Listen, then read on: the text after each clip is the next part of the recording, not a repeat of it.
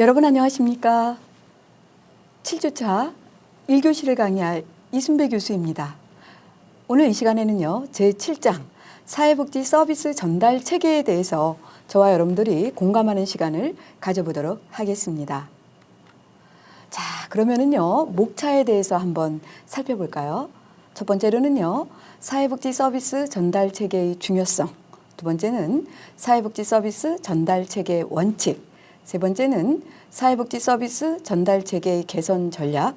네 번째는 사회복지 서비스 전달 체계의 실태에 대해서 저와 여러분들이 공감하는 시간을 가져보도록 하겠습니다. 여러분 준비되셨죠? 심차게 출발해 보도록 하겠습니다. 먼저 제1절 사회복지 서비스 전달 체계의 중요성에 대해서 한번 살펴보자면요. 먼저 사회복지 행정도 다른 사회복지 서비스와 같이 사회복지 정책이 구체적인 사회복지 서비스로 전환되어서 서비스를 필요로 하는 클라이언트들에게 전달되어야 하는 정책이 의도하는 바가 달성될 수 있다라는 것입니다. 그래서 많은 학자들은요, 사회복지 행정에서 전달 체계의 중요성을 지적하고 있다라는 것입니다. 자, 이것이 사회복지 행정의 목적과 전달 체계 구축에 대해서 살펴보자면요, 사회복지 행정이라는 것은요, 사회복지 정책을 구체적인 사회복지 서비스로 옮기는 과정이라는 것입니다. 자, 또한 행정 과정의 두 가지 측면에서요, 인력과 재정을 바탕으로 한 조직 구조와 관리 운영이라는 것입니다. 그래서 사회복지의 궁극적인 목적은요, 클라이언트의 복지권을 보장하는 효과적이고 효율적인 전달 체계를 마련해서 클라이언트들에게 적합한 서비스를 제공해 주는 것이라고 볼 수가 있다는 것입니다.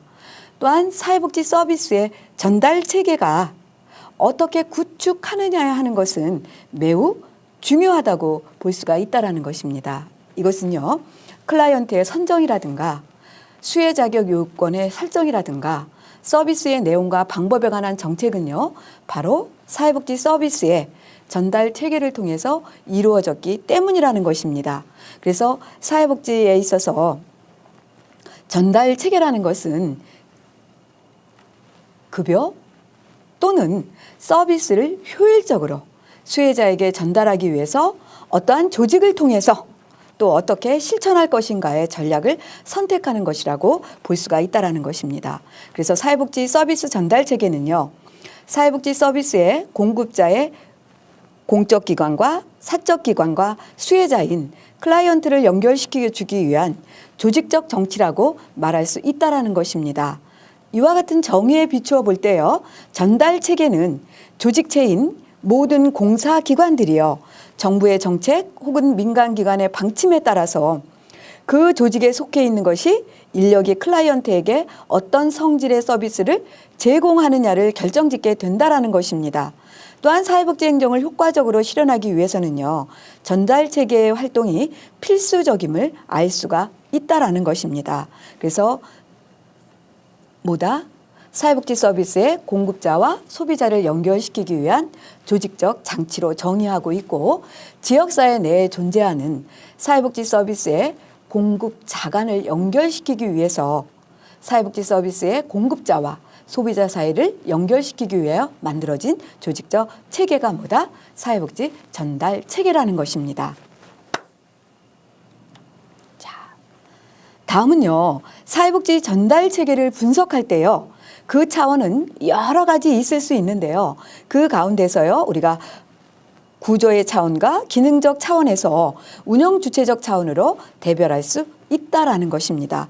자, 그러면은요, 사회복지 서비스 전달 체계의 분석 차원에 대해서 한번 살펴보자면요, 첫 번째로는요, 구조 기능적이다. 이것은 서비스 전달을 기획하고 지원 및 관리하는 행정 체계와 전달자가 소비자와 상호 접촉을 가지면서 서비스를 직접 전달하는 집행 체계로 구분할 수 있다라는 것입니다.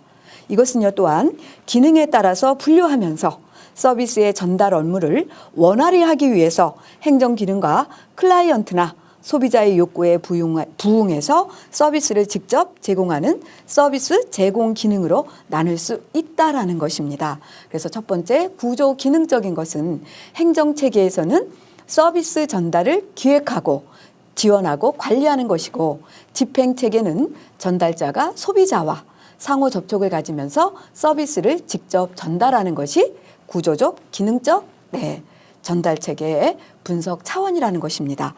자, 두 번째예요. 기능은요, 운영 주체에 따라서 정부, 중앙정부와 지방정부와 공공기관이 직접 관리하거나 운영하는 공적 전달체계와 민간단체나 개인이 직접 관리하고 운영하는 사적 전달체계로 나눌 수 있다라는 것입니다.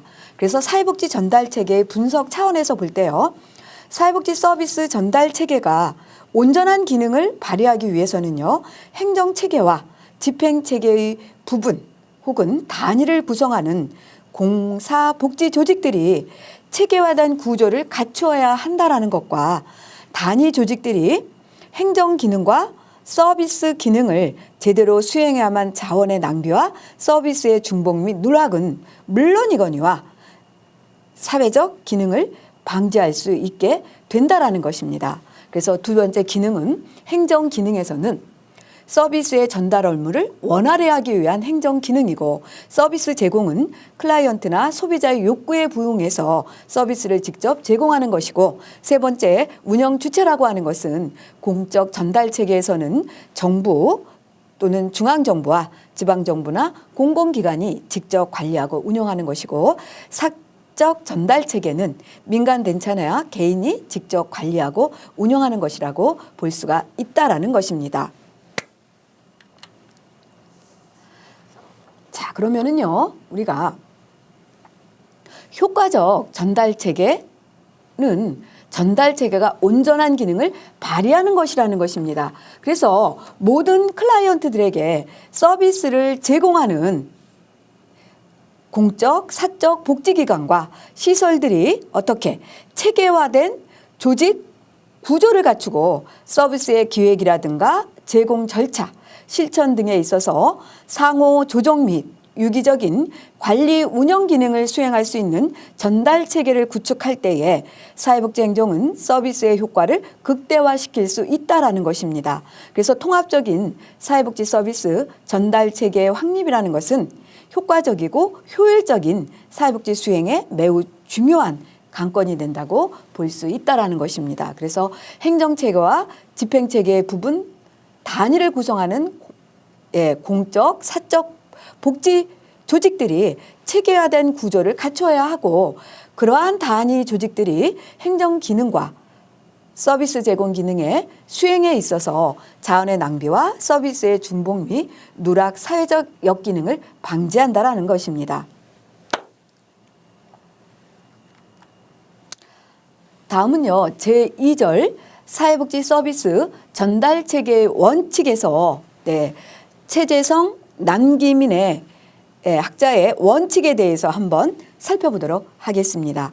우리가 이제 사회복지 전달체계도 거시적으로 보면은요, 사회복지 전달체계의 일부분이므로 여기서는 국내 학자들이 제시하고 있는 사회복지 전달체계의 원칙을 중심으로 이제 한번 살펴보도록 하겠습니다. 그래서 먼저 최성재와 남기민이라는 사람은요, 사회복지 서비스의 책임적인 업무는 반드시 어떻다? 전문가가 담당을 해야 된다라는 것입니다. 그래서 최성재, 남기민의 원칙은 8가지로 제시했다라는 것입니다. 그래서 전문성이다. 그래서 핵심 업무 전문가가 담당해야 된다. 두 번째는 사회복지 서비스의 양과 질과 제공하는 기관이 클라이언트의 욕구 충족, 이것은 문제 해결과 서비스 목표, 자알 및 재알 달성에 충분해야 한다라는 적절성이라는 것입니다. 그래서 적절성이라는 것은 서비스의 양과 질, 클라이언트 욕구 충족, 서비스 목표 달성이다. 세 번째는요, 다양한 욕구나 문제에 대해 다양한 서비스를 필요로 하는 포괄성이다. 그래서 포괄성이라는 것은 다양한 욕구나 문제에 다양한 서비스를 필요로 한다.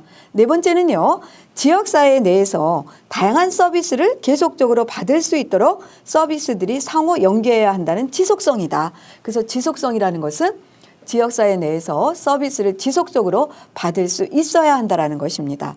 다섯 번째는요, 클라이언트의 문제 해결을 위한 서비스들이 서로 연관되어야 한다는 통합성이다. 그래서 다섯 번째 통합성은 클라이언트 문제 해결을 위한 서비스들이 서로 연관되어져야 한다.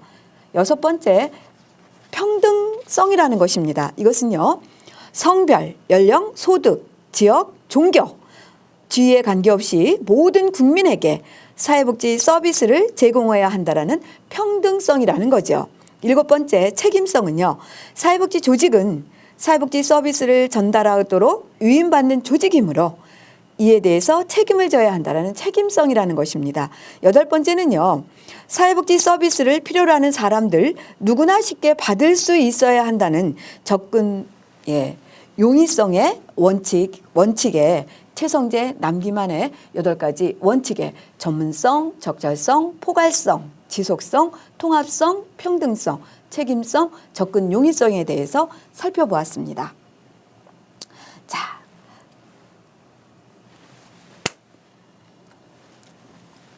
다음은요, 게트의 원칙에 대해서 한번 살펴보도록 하겠습니다. 5가지로 보았다라는 거예요. 게트라는 학자는요. 그래서 첫 번째는 이제 포괄성이다. 그리고 두 번째는 뭐다? 접근성이고, 세 번째는 계속성이고, 네 번째는 비단평성 그리고 통합성이다. 그 다음에 책임성이다. 그래서 포괄성에는 뭐다? 충분한 양과 충분한 기간에 걸친 일련의 서비스를 제공해야 된다. 그리고 접근성이라는 것은 서비스를 필요로 하는 사람들에게 서비스 이용에 있어서 장애 요인을 없애야 된다. 그리고 계속성이라는 것은 전체적인 프로그램과 조직 상호 간의 접근성의 관계라는 거. 그다음에 비단편성의 통합성이라는 것은 서비스 내에 프로그램들 간의 갭이라든가 프로그램에 대한 불확실성이 있을 때 발생함으로써 서비스 통합을 하여야 한다라는 것과, 책임성이라는 것은 종종 이용자의 유일한 문제나 욕구에 책임을 지거나 이용자 그들의 불평을 처리할 수 있는 일련의 과정이 있을 때 책임성이 있다라는 것입니다. 그래서 게트의 원칙인 포괄성, 접근성, 계속성, 비단편성, 통합성, 다른 말로는 그리고 책임성에 대해서 5가지 원칙에 대해서 살펴보았습니다. 다음은요, 길버트와 스펙의 원칙에 대해서 한번 살펴보도록 하겠습니다. 먼저 통합성이라는 것은요, 다양하게 제공하는 서비스 체계 및 프로그램을 효과적인 서비스망에 의해서 제공하는 것으로서요, 서비스 제공의 통합성을 확보하기 위한 방법으로는 우리가 일정한 자격을 갖춘 한 명의 사회복지사로 하여금 여러 서비스를 담당하게 하거나 또는 각 분야의 전문가들로 하여금 팀을 이루어 서비스를 제공할 수 있도록 하는, 최근에 강조되고 있는 원스톱 서비스나 케이스 매니저먼트에 실현하는 그러한 구체적인 방법이라고 볼 수가 있다라는 것입니다. 그래서 통합성이 강화되는 전달 체계는 상호 연계망이 체계적이고 효율적으로 구축이 되어 있어서 지속적이고 포괄적인 서비스 전달이 가능하다고 볼 수 있다라는 것입니다. 그래서 통합성이라는 건 뭐다? 다양하게 제공되는 서비스 체계 및 프로그램을 효과적인 서비스망에 의해서 모두 제공하는 것이다. 두 번째, 전문성이라는 것은요, 사회복지사는 전문적인 업무로서 전문가인 사회복지사가 담당해야 한다라는 것입니다. 그래서 사회복지사는 전문가가 전달 체계 내에서 전문적인 능력을 발휘할 수 있는 조직 환경을 만들어줘야 되고요. 또한 충분히 전문 인력이 확보되는 전달 체계로서 개선함으로써 전문성이 높아져야 된다는 것입니다. 그래서 전달 체계 개선 전략으로서는 전문성에 대한 평가는 넓은 의미에서 책임성과 적절성이 내재되어야 한다는 것입니다. 세 번째는요, 접근 용이성에 대한 평가는요, 사회복지 서비스를 제공하거나 이용함에 있어서는요, 지리적, 심리적 장애와 밀접한 관계가 있을 뿐만 아니라 정보와 사회에서요, 정보화에 대한 소외 등에 따른 정보의 부족에 따른 기회 상실 등 지시적인 측면까지도 내포하고 있다고 볼 수가 있다라는 것입니다. 그래서 우리는 성별, 연령, 그리고 소득, 그다음에 지식의 정도에 상관없이 누구에게나 평등하게 사회복지사가 제공되어야 한다는 평등성의 원칙과도 밀접한 연관성이 있다고 볼 수 있다. 그래서 전문성은 뭐다? 전문적인 업무로서 전문가인 사회복지사가 담당을 해야 되고, 접근 용이성이라는 것은 서비스를 제공하거나 이용함에 있어서 지리적, 심리적, 장애 정보 소외 등을 제거해야 된다. 이것은 평등성과 밀접하게 가지고 있다라는 것입니다. 또한요, 우리는 책임성이라는 것은요, 종종 이용자의 유일한 문제나 욕구에 책임을 지거나 이용자 그들의 불평을 처리할 수 있는 일련의 과정이 있을 때 우리는 책임성을 가지고 있어야 된다라는 것입니다. 자, 그러면은요, 사회복지 서비스 전달 체계의 원칙에서 표 7-1 국내외 학자들의 사회복지 서비스 전달 체계의 원칙에 대해서 도표로 한번 살펴볼까요? 네. 그래서 게트라는 학자는요, 1980년대에 포괄성, 접근 용이성, 계속성, 비단편성, 이거는 통합성이고 책임성이라는 거죠. 그리고 길버트와 스펙트는요, 1986년도에 통합성, 계획성, 접근 용이성, 책임성이다. 그리고 서상목, 김일섭, 김상규는 1988년에 행정적인 측면과 서비스 제공 측면으로 나눠보았다라는 것입니다. 그래서 행정적 측면은 기능 부담의 체계성과 전문성에 따른 업무 분담과 책임성, 접근 용이성, 통합 조정과 지역사회 참여와 조사 및 연구고, 서비스 제공 측면에서는 평등성, 재활 및 자활 목표, 적절성, 포괄성, 지속성, 가족 중심성이라는 것입니다. 그리고 성규탁은 1992년도에 접근 가능성, 지속성, 적합성, 포괄성, 통합성, 공평성, 적절성, 조사 연구를 서비스 전달 체계 원칙으로 했고요. 최성재, 남기만은 1995년도에 전문성, 적절성, 포괄성, 지속성, 통합성, 평등성, 책임성, 접근 용이성에 대해서 원칙을 세웠다라는 것입니다. 자, 박경일이라는 학자는요, 1997년도에 두 가지로 나눠봤습니다. 조직 구조적 측면과 관리 운영적 측면으로 나눠봤다라는 것입니다. 그래서 조직 구조적 측면은요, 권리성, 전문성, 통합성, 접근 용이성, 기능 부담의 체계성, 지역사회 참여, 문화적 특수성과요. 관리 운영적 측면에서는 평등성, 포괄성, 책임성, 재활 및 자활 목표, 계획성, 그리고 적절성, 그리고 지속성, 그리고 가족 중심 서비스의 제공에 대해서 학자들이 어떻게 전달 체계의 서비스의 전달 체계의 원칙들을 요약해서 정리한 것을 살펴보았습니다. 자, 다음은요, 사회복지 행정 전달 체계의 두 가지 고려 사항에 대해서 한번 살펴보도록 하겠습니다. 우리가 이제 사회복지 전달 체계의 차원에서 고려할 수 있는 원칙으로는요, 첫 번째는 권리성의 원칙과 두 번째는 문화적 특성성의 원칙으로 나눠보았다라는 것입니다. 그러면 권리성의 원칙이라는 것은 어떠한 내용을 담고 있는지 한번 살펴볼까요? 네. 수혜 대상인 클라이언트 존엄성의 원칙과 같은 것으로서 욕구의 다양화와 고도화에 대응하는 각종 서비스가 클라이언트의 복지권의 실현이라는 차원에서 제공되어져야 하고, 이러한 각종 서비스는요, 이용자인 클라이언트의 의사로 선택할 수 있는 선택성을 갖추어야 한다라는 것입니다. 그래서 각종 서비스는 클라이언트의 복지권의 실현이라는 차원에서 제공되어져야 되고, 또한 클라이언트의 의사로 선택할 수 있는 선택성을 갖춰야 하는 것이 권리성의 원칙이라는 것입니다. 문화적 특수성의 원칙이라는 것은요, 청소년, 노인 집단과 마찬가지로서요, 클라이언트 집단만이 가지고 있는 문화적 욕구를 충족시켜 줄 수 있는 서비스를 제공할 수 있어야 되고요, 나아가서는 도시, 농촌, 어촌 등의 지리적 특성에 따른 클라이언트 욕구를 충족시켜 줄 수 있어야 된다라는 것입니다. 자, 청소년, 노인 집단 등의 클라이언트 집단만이 가지고 있는 문화적 욕구를 충족시켜 줄 수 있는 서비스를 제공하고 도시, 농촌, 어촌 등의 지리적 특성에 따른 클라이언트 욕구를 충족하는 것이 뭐다? 문화적 특수성의 원칙이라는 것입니다. 그래서 이러한 것들을 우리가 종합적으로 살펴보자면은 사회복지 전달 체계의 원칙들을 행정조직 구조적인 측면과 서비스 관리 운영 측면으로 나누었을 때요. 어떠냐? 구조적인 측면에서는요. 권리성의 원칙, 전문성의 원칙, 통합성의 원칙, 접근 용이성의 원칙, 기능 분담의 체계성의 원칙, 지역사회 참여의 원칙, 문화적 특수성의 원칙을 들 수 있고요. 관리 운영적인 측면에서는 평등성의 원칙, 포괄성의 원칙, 책임성의 원칙, 재할 및 자할 목표의 원칙, 계획성의 원칙, 적절성의 원칙, 지속성의 원칙, 가족 중심의 서비스 제공 원칙들을 살펴볼 수 있다고 다시 한번 여러분들에게 강조를 해드리는 것입니다.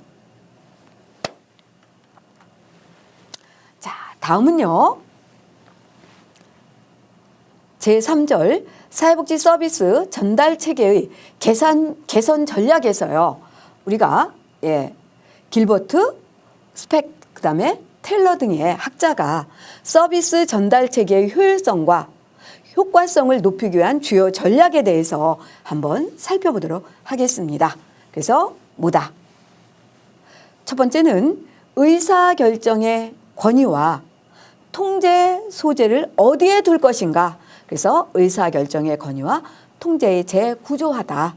두 번째는요. 업무를 누가 담당할 것인가? 그래서 업무 분담의 재조직화. 세 번째는요. 전달체계 조직의 단위 및 수를 어떻게 할 것인가? 이것은 전달체계의 구조 변경에 대해서 효율성과 서비스 전달체계의 효율성과 효율성을 높이기 위한 주요 전략에 대해서 한번 살펴보았습니다.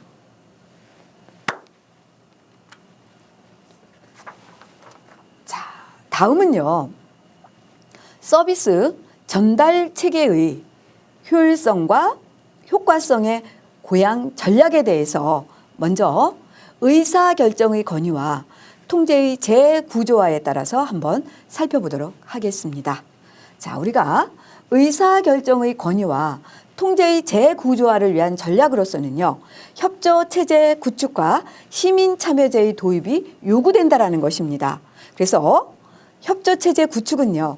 전달체계의 기관을 중앙집권화 또는 연합화하여서 전달체계를 통합적이고 포괄적인 것으로 발전시키는 전략이다. 그래서 이것은 중앙집권화는 행정적 통일성을 주는 거고 연합화라는 것은 전달체계 기관 간에 자발적으로 상호호혜적 공조체계를 구축한다라는 것입니다. 두 번째는요. 시민참여체제의 도입은요. 클라이언트 욕구에 보다 적절히 반응할 수 있고 접근 용이성 및 서비스에 대한 책임성을 보장할 수 있다는 취지에서 선택되는 전략이라는 것입니다.